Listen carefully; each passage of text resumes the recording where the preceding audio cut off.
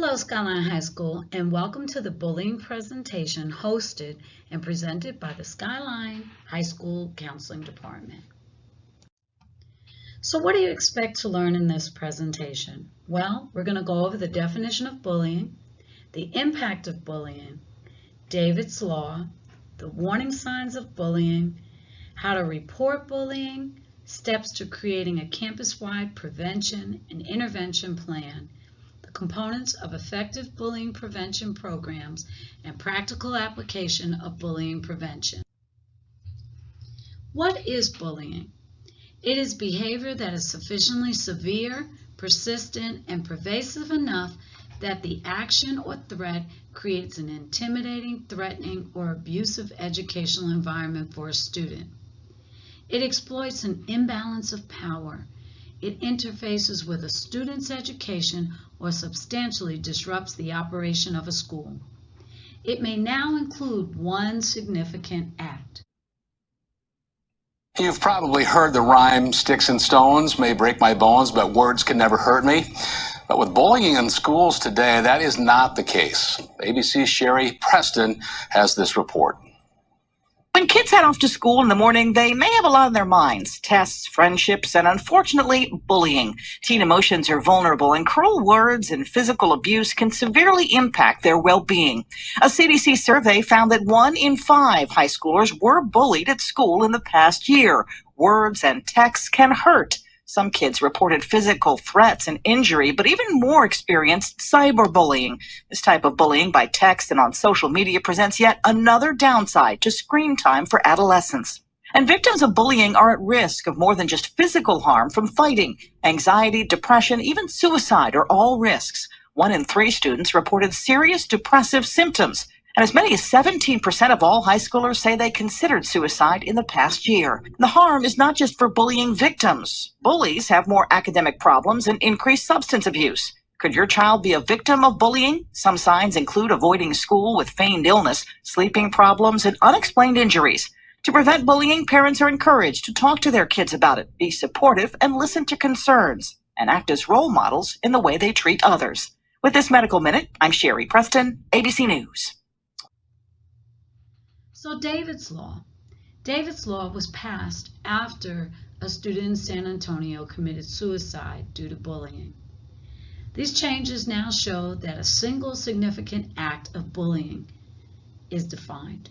Expanded cyberbullying, anonymous reporting, parent notification, and counseling implications.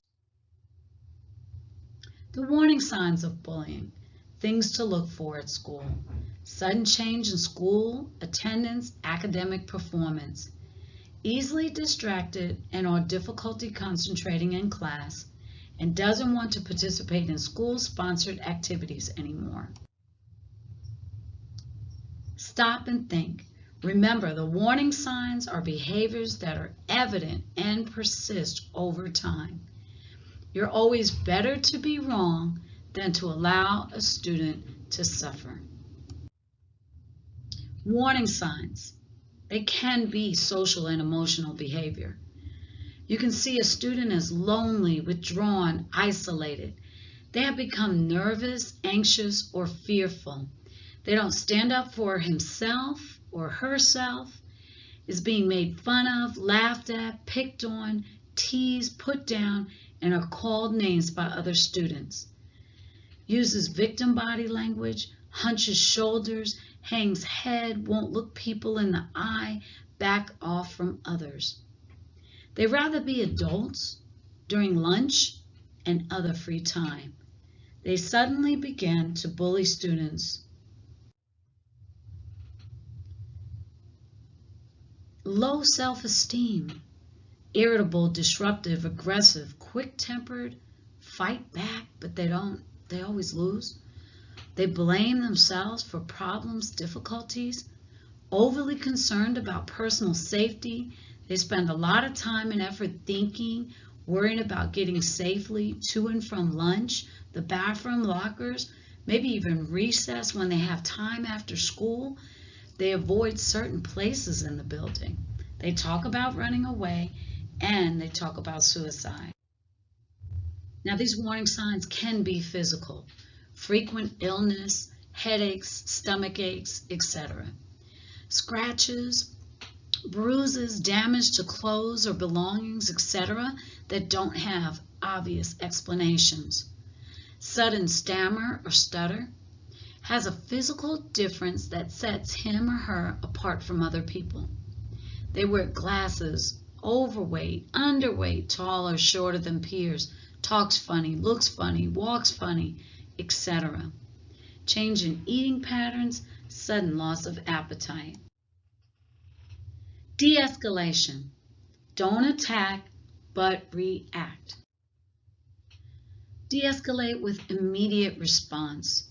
Students often want to be heard, and they need someone who will listen to them and help them process the experiences that they encounter. When a student approaches you, some tips to keep in mind when reacting to the student's experience are as follows. Breathe, focus on the student. Speak with the student in a confidential area with a sign on the door for no disturbances. Implement active listening techniques. Parrot back what the student has told you in your own words and check for understanding. Ask the student what his or her needs are. Don't assume that they expect immediate action. They may just need to be reassured that everything is going to be okay. Check in with the student to see how other things are going in the home and how things are going on in his life. Note that once a student has created a trusting bond with you, they may begin to tell you more private information than what you were anticipating. Keep your calm and continue to listen to the student. Check your body language to make sure that you're not showing signs of tension.